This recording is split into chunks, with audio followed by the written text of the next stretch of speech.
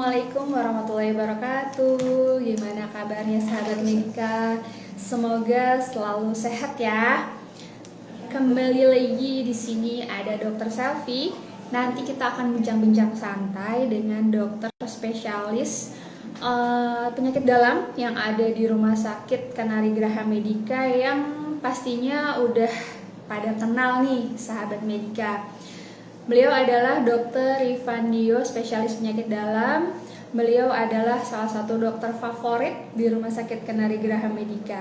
Nah, tema obrolan kita pada hari ini adalah tentang hepatitis ya. Jadi tanggal 28 kemarin adalah Hari Hepatitis Sedunia, di mana Rumah Sakit Kanari Graha Medica ikut meramaikan kegiatan ini dengan memberikan edukasi yang mudah-mudahan dan pastinya bermanfaat untuk sahabat Medika semua. Oke, nah pada acara hari ini juga nanti kita akan bagi-bagi dua hadiah untuk dua penanya terbaik. Hadiahnya adalah voucher e-money untuk dua penanya terbaik e-wallet ya, sejumlah Rp50.000 untuk dua orang pemenang ya. Jadi masing-masing mendapat Rp50.000. Sebelumnya saya mau menyapa dulu, ini di sini sudah ada Dokter Dio-nya ya. Saya undang dulu Dokter Dio-nya di sini.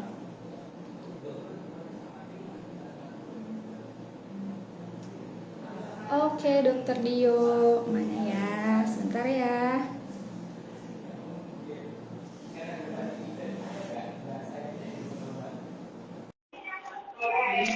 Di sini juga sudah bergabung ya teman-teman sahabat Medika, ada siapa nih? Oh, Dokter Dio sudah. Halo, Di mobil. Halo dokter, gimana kabarnya dok? alhamdulillah sehat. Apa kabar Alhamdulillah dokter? sehat. Sehat juga saya dok. Iya, Dokter nggak apa-apa ya, saya sambil sambil di nyetir. jalan ya. Oh sambil di jalan ya. Hati-hati di jalan ya dok. Oke. Oke dok. Siap. Hari ini kita mau bincang-bincang santai dok. Temanya adalah sehat tanpa hepatitis dok. Nah, ini penting banget dok karena ternyata saya baca nih di beberapa media ada 500 juta orang di seluruh dunia yang mengidap hepatitis B dan hepatitis C. Dan di Indonesia ternyata ada lebih dari 60% yang belum terlindungi, belum memiliki kekebalan terhadap hepatitis B. Wah ternyata cukup tinggi angkanya ya dok ya. Siap. Nah, sebelum kita masuk lebih dalam tentang hepatitis, mungkin dari Dokter Dio mau menjelaskan dulu hepatitis ini penyakit apa sih sebenarnya? Oke, baik. Terima kasih Dokter Selvi. Sebelumnya perkenalkan saya Dokter Muhammad Rifandio. Saya dokter spesialis penyakit dalam di Rumah Sakit Kanari Graha Medica ya. Jadi pada kesempatan kali ini terima kasih ya sebelumnya sudah memberikan saya kesempatan untuk sharing tentang hepatitis. Ini berkaitan juga dengan Hari Hepatitis ya dok ya, yang tanggal Iya, 28 Juli ya kemarin ya. iya kemarin. Jadi hepatitis itu adalah suatu proses peradangan yang terjadi pada liver ataupun hati kita ya, yang mana penyebabnya itu bisa bermacam-macam, bisa oleh karena suatu infeksi virus, bisa oleh karena autoimun, bisa oleh karena riwayat konsumsi alkohol ya, ataupun makanan-makanan yang lain yang memang mengganggu fungsi liver ya, atau obat-obatan. Nah, tapi mungkin untuk kali ini kita bisa lebih fokus ke virus dulu ya, karena memang ini mostly ya sering terjadi pada rakyat ataupun penduduk Indonesia. Nah, jadi sebenarnya kalau untuk hepatitis yang disebabkan oleh virus ini ada beberapa jenis ya dok ya, ada A, B, C, D, E. Tapi memang yang paling sering terjadi untuk orang Indonesia itu ada tiga. Yang pertama adalah hepatitis A, hepatitis B, dan yang ketiga adalah hepatitis C.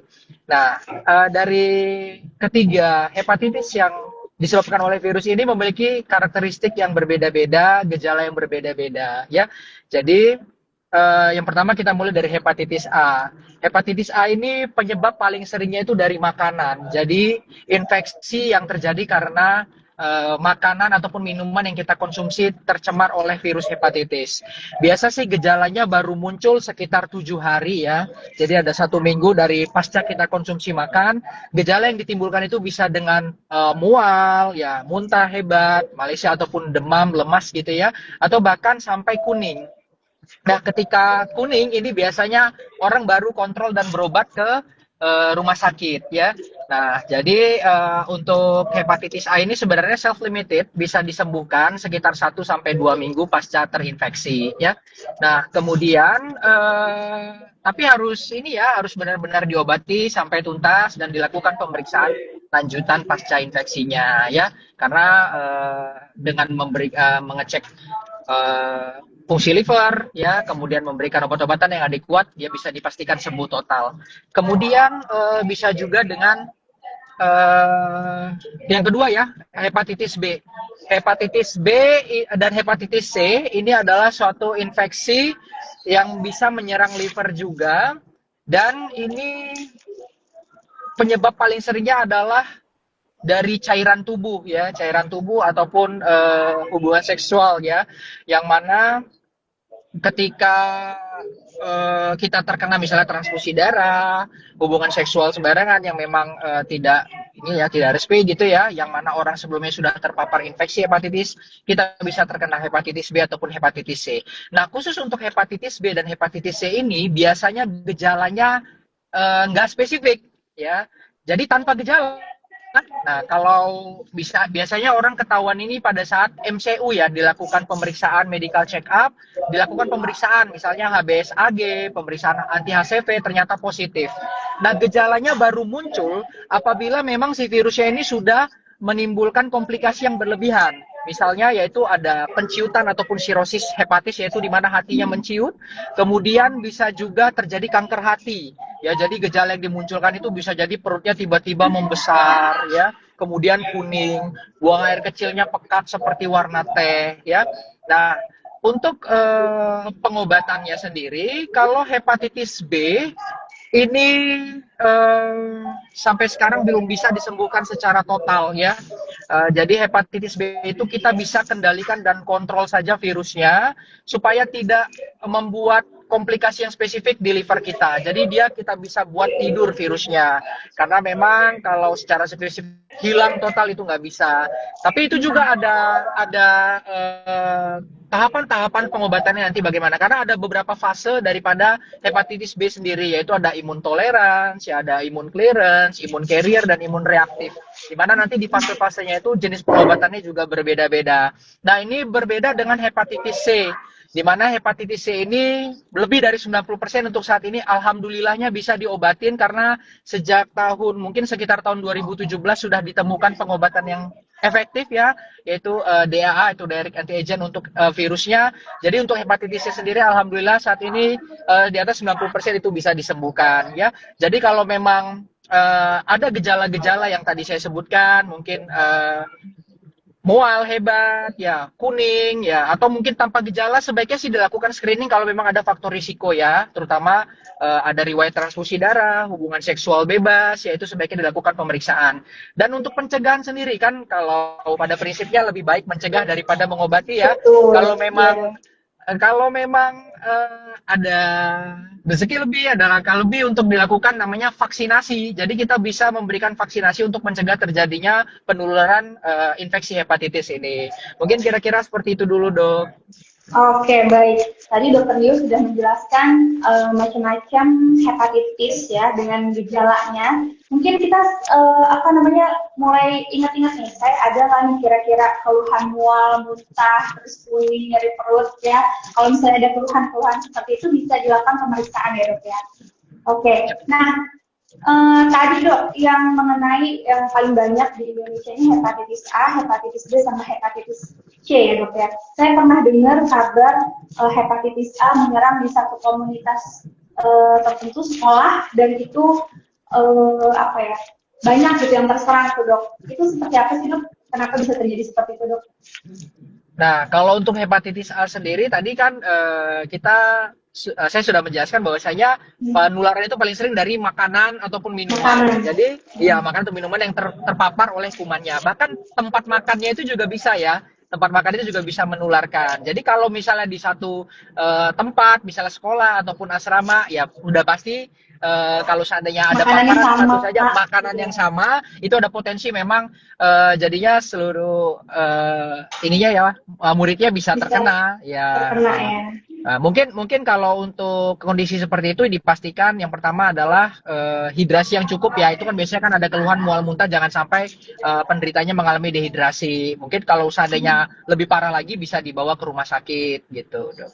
Iya, oke. Nah, terus tadi yang hepatitis B ya dok, terutama penularannya lewat cairan transmisi, bisa seksual ya dok ya, cairan tubuh pasien atau bisa juga dari transfusi ya dok, bisa juga apa namanya kayak tertusuk jarum kalau misalnya nakes di rumah sakit. Kira-kira dok kalau misalnya kalau misalnya sebagai nakes nih, kalau misalnya penonton kita nih ada yang nakes, misalnya dia habis tertusuk atau terkontaminasi dengan cairan tubuh pasien, kira-kira yang harus dilakukan itu seperti apa sih dok? Ini dalam kondisi misalnya tertusuk jarum oleh pasien yang terinfeksi ya dok ya. Iya. Ya, yang pasti yang pertama adalah bersihkan area tusukannya ya, dibilas. Kemudian dilakukan pengecekan untuk sistem imunitas tubuhnya ya. Kalau memang itu biasanya anti HBS yang kita lakukan pengecekan. Ini dalam kondisi hepatitis B ya misalnya dok ya. Anti Iya. HBS kita lakukan pengecekan. Kalau memang nilainya rendah atau sangat rendah sebaiknya segera dilakukan vaksinasi ya. Kemudian atau 1 sampai 3 bulan kemudian kita lakukan pemeriksaan untuk virusnya. Apakah terinfeksi atau tidak gitu dok. Mungkin untuk di awal begitu ya dok ya. Jadi Iya. segera lakukan dekontaminasi, kemudian diperiksain untuk sistem imun tubuhnya. Ya, ketika sistem imun tubuhnya kuat ya udah no worry, gak usah khawatir. Insya Allah sih nilai untuk tertularnya itu sangat rendah lah ya bisa kita bilang. Walaupun ada potensi, makanya tetap dilakukan evaluasi 1 sampai 3 bulan kemudian dilakukan pengecekan untuk virusnya gitu dok. Oke. Jadi Dok, intinya ini sih dok saya vaksin juga dok. Ide sih iya vaksin. Kalau vaksin ya vaksin, dok. iya kalau vaksin insya Allah sih Nah, aman. benar-benar. Kalau di Rumah Sakit Kenari sendiri kan dok, setiap semua pasien yang akan melakukan tindakan itu dilakukan screening hepatitis B dok. Hepatitis B, terus AIDS juga dilakukan screening. Nah, terus sama bayi-bayi yang baru lahir di Rumah Sakit Kenari itu juga dilakukan vaksinasi hepatitis B HB0 dok. Gitu. Jadi Rumah Sakit Kenari juga berkontribusi dalam melakukan pencegahan vaksinasi, pencegahan hepatitis B ini, gitu, untuk mendukung program pemerintah gitu. Selain anak juga vaksinasi untuk dewasa ya dok ya, hepatitis Ya B benar, ya dok. ya hepatitis B itu bisa diberikan untuk pasien dewasa, pemberiannya itu 016 ya, jadi di bulan pertama, bulan berikutnya dan di bulan ke-6 dilakukan boosternya. Kemudian saya sarankan untuk tetap dilakukan evaluasi untuk daya tahan tubuhnya terhadap hepatitis B itu ya paling tidak per beberapa tahun gitu ya, 3 tahun dilakukan pengecekan, 3 tahun sampai 5 tahun itu dilakukan pengecekan lagi. Kalau memang turun nilainya ya di booster lagi, divaksin lagi gitu. Kalau ini sih saya sarankan untuk memang orang yang dengan kemungkinan tertular atau terinfeksinya tinggi juga ya, misalnya kita nakes ya sebaiknya lah kita vaksin karena kita kan nggak pernah tahu gitu kondisi pasien seperti apa, apakah pasien terinfeksi atau tidak ya. Kadang-kadang kan ini seringnya miss juga dok ya, kita baru bisa tahu setelah dilakukan pemeriksaan. Jadi alangkah lebih baiknya kita mencegah supaya tidak tertular dengan vaksinasi nantinya. Oke, dok, ini saya coba bacakan pertanyaan dari sahabat Kenari ya dok. Boleh. Mana tadi ya?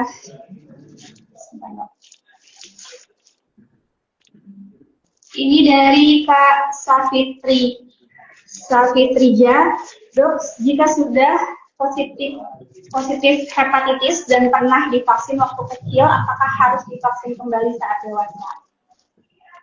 Oke, dok, silakan. Ya. Jadi pertanyaannya, ketika sudah pernah divaksinasi sewaktu kecil, apakah perlu dilakukan vaksinasi lagi setelah dewasa? Itu kira-kira seperti itu dok ya.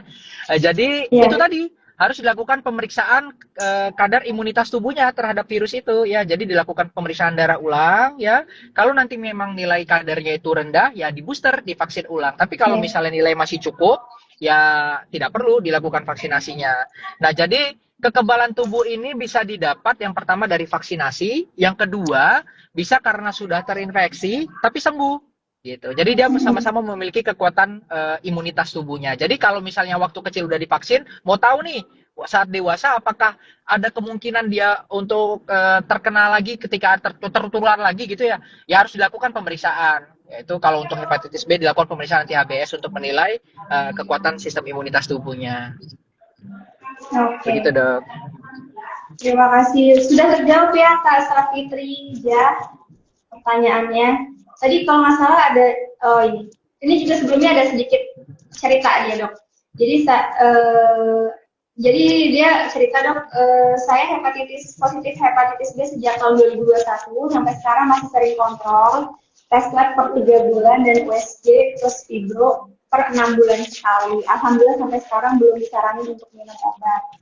Sekedar sharing aja dok. Oh ya. In case ini tadi hepatitis B ya dok ya. Iya, Makanya tadi hepatitis B. saya menjelaskan ada beberapa fase daripada hepatitis B tadi. Ada imun tolerans, imun clearance, imun reaktif, dan carrier. Nah, kemungkinan besar si mbaknya tadi terinfeksi dalam kondisi imun toleran. Artinya sistem imun tubuhnya masih cukup mampu untuk melawan infeksi virusnya. Jadi tidak perlu dilakukan pengobatan. Namun kalau sudah jatuh kepada fase imun carrier, reaktif, ataupun tadi clearance, harus dilakukan pengobatan untuk menidurkan kembali si virusnya itu. Itu bisa dilakukan pemeriksaan memang per 3 sampai 6 bulan sekali. Yang perlu dilihat adalah fungsi livernya, kemudian dilihat jumlah daripada virusnya gitu.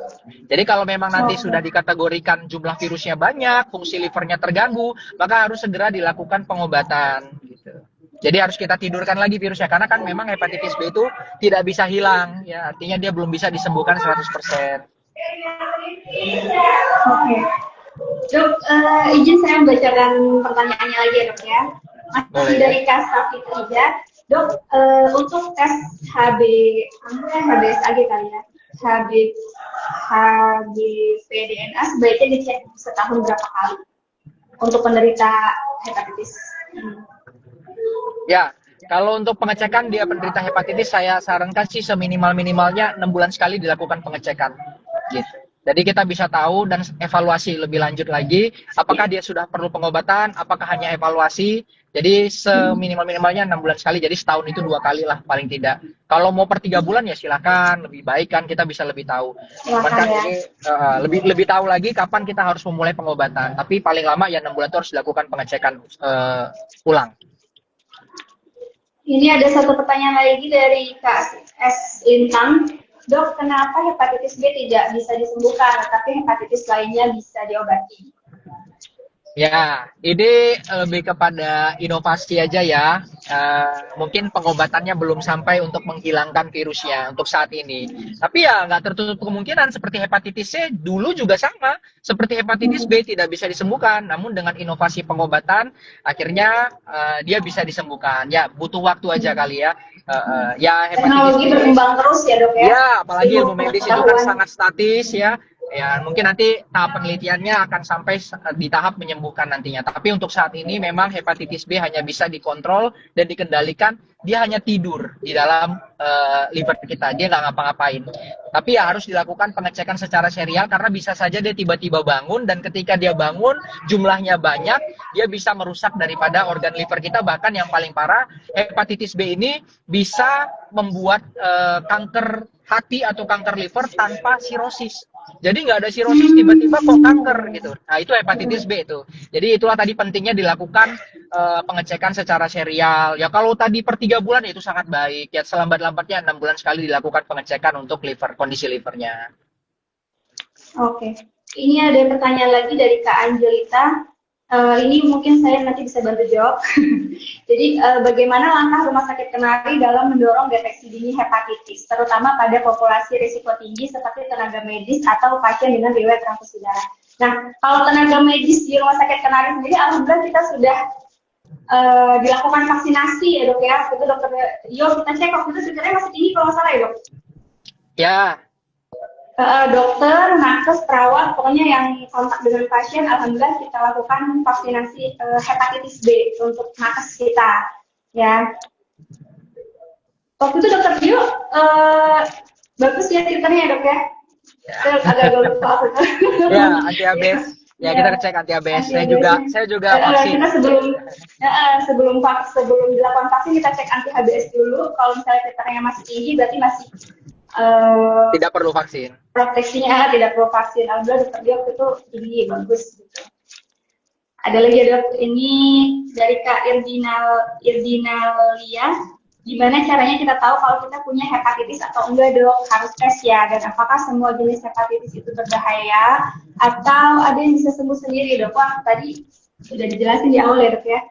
Ya, kalau yang bisa sembuh sendiri itu hepatitis A itu self-limited ya. Kalau yang tidak bisa disembuhkan hepatitis C, hepatitis B, hepatitis C sudah bisa disembuhkan tapi dengan pengobatan yang spesifik. Dan cukup mahal ya. Kalau hepatitis C itu obatnya mahal banget ya. DAA itu bisa treatmentnya itu sampai puluhan bahkan ratusan juta sampai sembuh. Jadi kalau bisa dihindari jauh lebih baik Dihindari. lagi. Ya. Kita cegah ya. Ya. Oke, ini ada lagi jika di antara dari Kava underscore PS123, jika di antara orang terdekat sudah terinfeksi, apakah kita juga harus divaksin atau dicek terlebih dahulu? Ya, kalau seandainya ada orang terdekat kita, misalnya tinggal serumah, terinfeksi. Tadi kan kalau hepatitis A itu seringnya dari makanan dan minuman ya. Kalau hepatitis A tapi kan self limited, biasanya sih 2 mingguan udah sembuh. Kemudian kalau dia hepatitis B atau C, maka dipastikan tidak ada kontak ya, kontak cairan tubuh gitu ya. Karena kan berpotensi menularkan. Nah, yang namanya tinggal serumah pasti potensinya kan tinggi ya.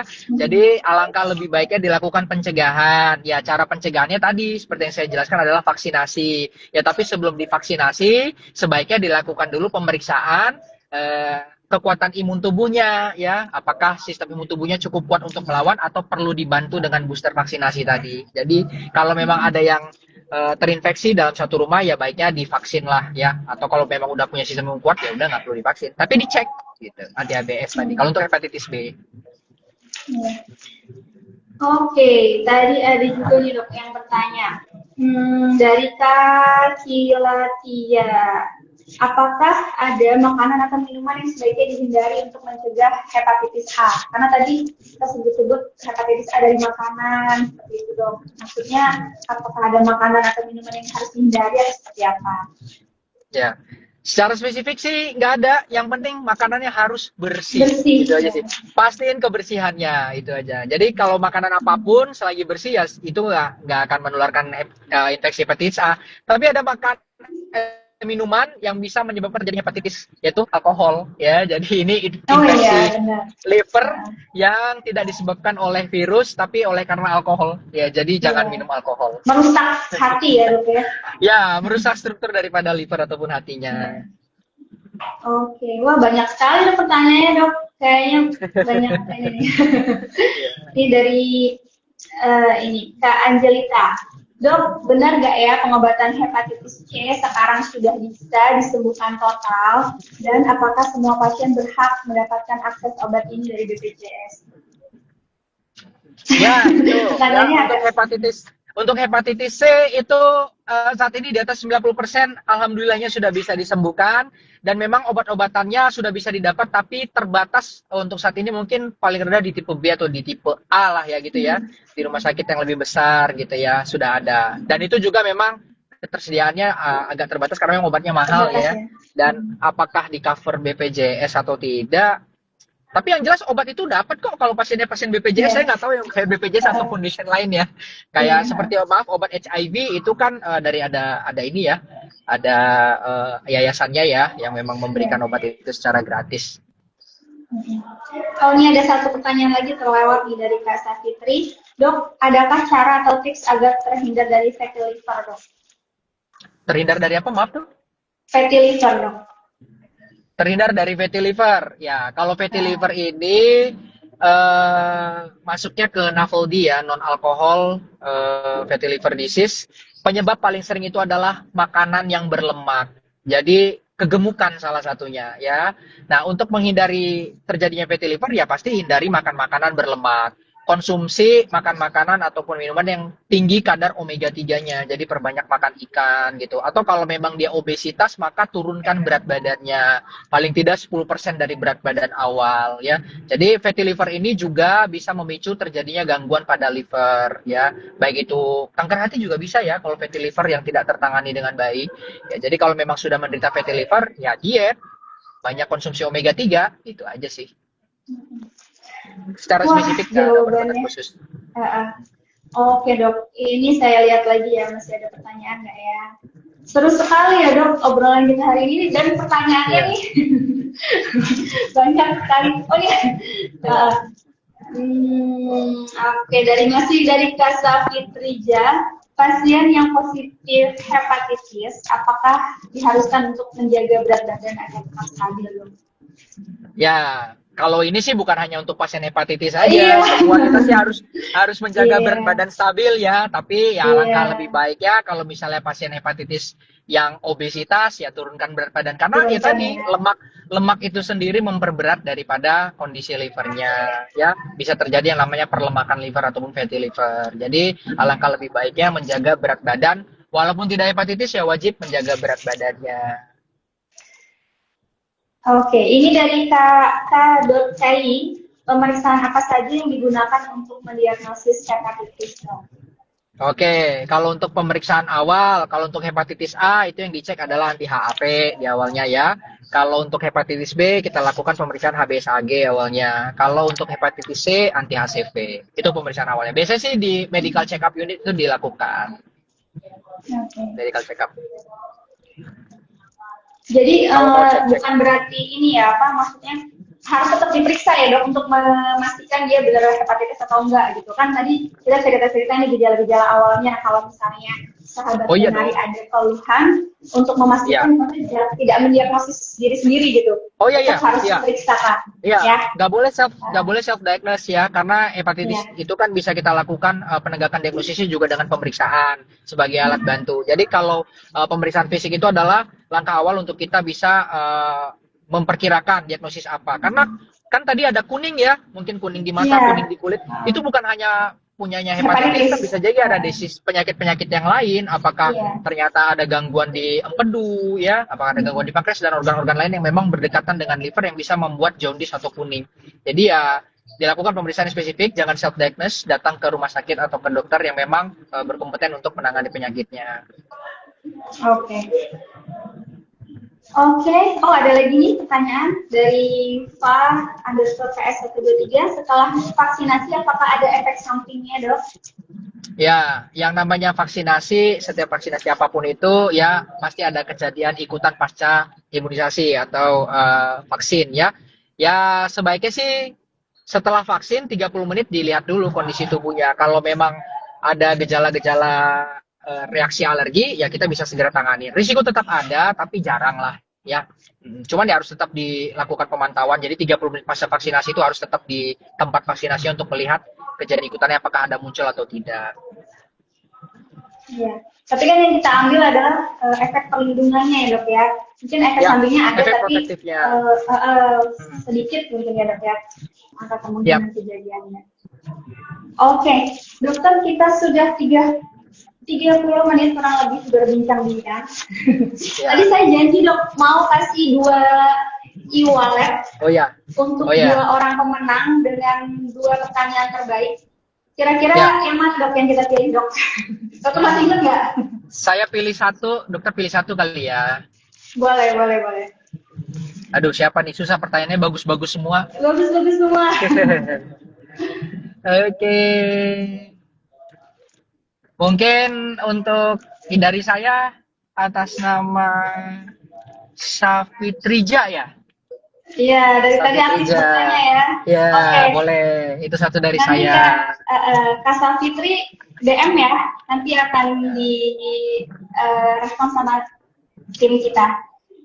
Kalau dari saya Kak ini dok. Kak _PS123. Oke, Ya, Kak setuju. _PS123 silakan DM ya ke rumah ps.kdm. Nanti akan ditindak lanjut sama tim. Ya, oke dok. Jadi pesannya yang terakhir dari Dokter Dio nih sebelum menutup acara apa dok? Pesan dari saya untuk hari hepatitis, ayo jaga hati dan atau liver kita ya. Lebih baik lagi mencegah daripada mengobatin. Kalau memang mau terhindar dari kondisi penyakit ini, pola hidup sehat ya harus bersih karena tadi hepatitis A dari makanan dan minuman ya. Kemudian kalau memang sudah terpapar, ayo dikontrol dan obatin, jangan sampai terjadi komplikasi yang lebih buruk lagi ya. Kalau mau mencegah, kalau dia belum terkena sebaiknya dilakukan vaksinasi. Kira-kira seperti Wah, itu dong. keren sekali. Makasih Dokter Dio. Kasih tepuk tangan dan kasih love-nya. Banyak Terima banget Dokter kasih. Dio. Ya, Oke, terima kasih banyak Dokter Dio atas waktunya, atas ilmunya. Semoga Dokter Dio sehat selalu, sukses amin. dimanapun berada. Untuk sahabat Kenari, saya juga ucapkan terima kasih banyak atas partisipasinya. Semoga kita bisa bertemu lagi di lain kesempatan dengan materi-materi edukasi yang lebih menarik lagi. Ya, Sip. salam sehat, saya tutup. Wassalamualaikum warahmatullahi wabarakatuh. Waalaikumsalam.